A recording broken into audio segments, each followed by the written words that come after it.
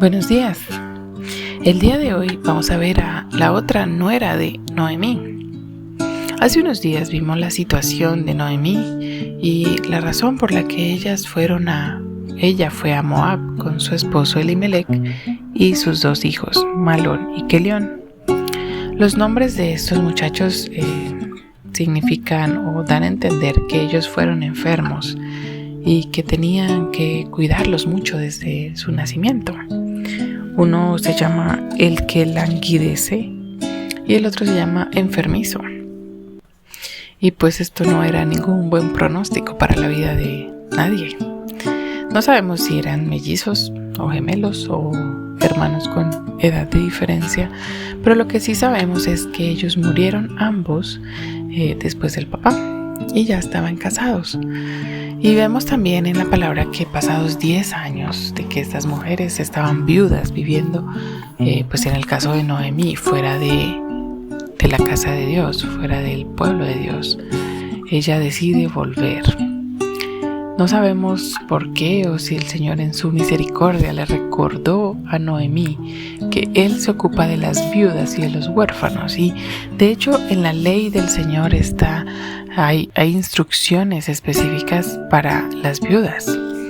Y pues en el Nuevo Testamento también el Señor habla de las viudas y de la forma de cuidarlas para que ellas estén bien. En el caso de Ruth, pues ella no era del pueblo de Dios. Sin embargo, ella estaba casada con un hijo de Israel, con un israelita, y podía acogerse al pueblo de Dios por adopción. Esto es la primera muestra de la gracia de Dios, que ella entiende, y pues no sabemos muy bien qué le hayan dicho porque el ejemplo de los esposos no era muy bueno, pero probablemente Noemí sí le había hablado de Dios, y sobre todo en estos 10 años de viudez que ya llevaban. Entonces, cuando ellas regresan, Noemí regresa a Israel y se lleva a sus dos nueras. Ella les dice en cierto momento: miren, no piensen en mí, piensen en ustedes, vayan a la casa de sus padres y vuelvan a casarse para que tengan cómo vivir y no estén como tan solas y tan desamparadas. Esto era parte de la cultura de aquel momento. Entonces Orfa piensa justamente como le dijo la suegra, pensó en ella y se devolvió, le dio un beso, pues había cariño, se ve, pero ella le dio un beso y se fue. Sin embargo, Ruth le dijo: no me pidas que te deje. Esto nos muestra mucho la humildad y el pensar en el otro por encima de mis propios deseos o mis propios intereses.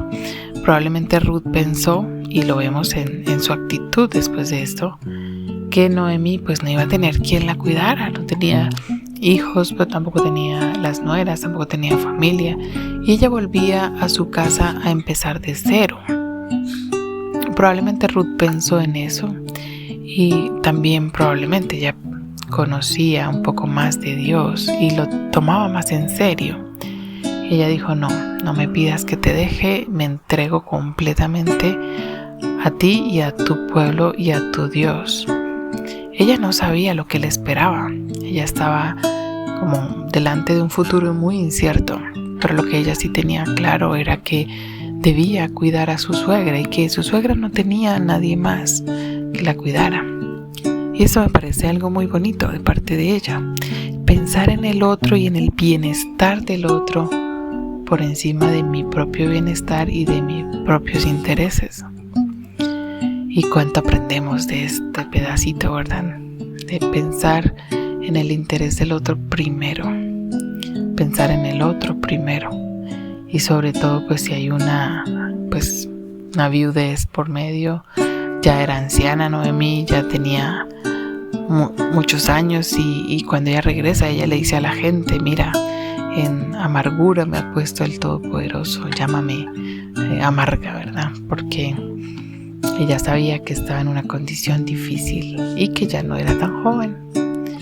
Pero Dios tenía misericordia de ella y le había provisto una nuera, Ruth, que cuidaría de de ella, y eso lo vemos hasta el final del libro de Ruth.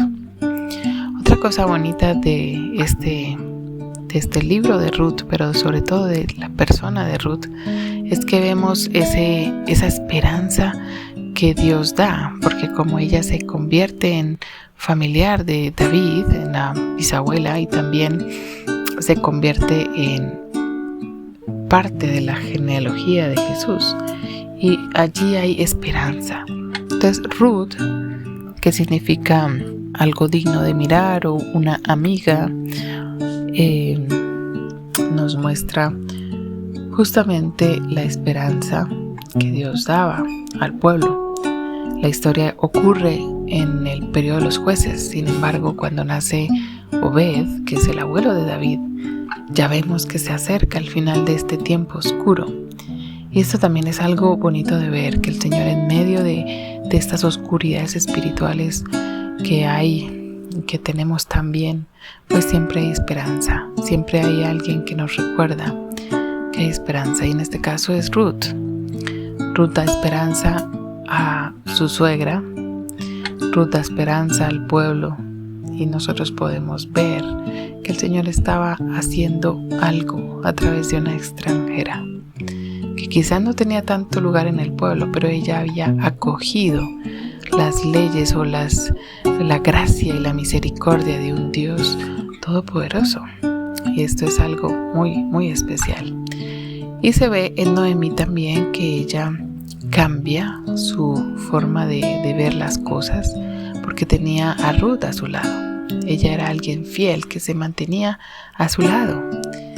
Quizás no tenía ya hijos ni esposo, pero tenía una nuera que cuidaba de ella.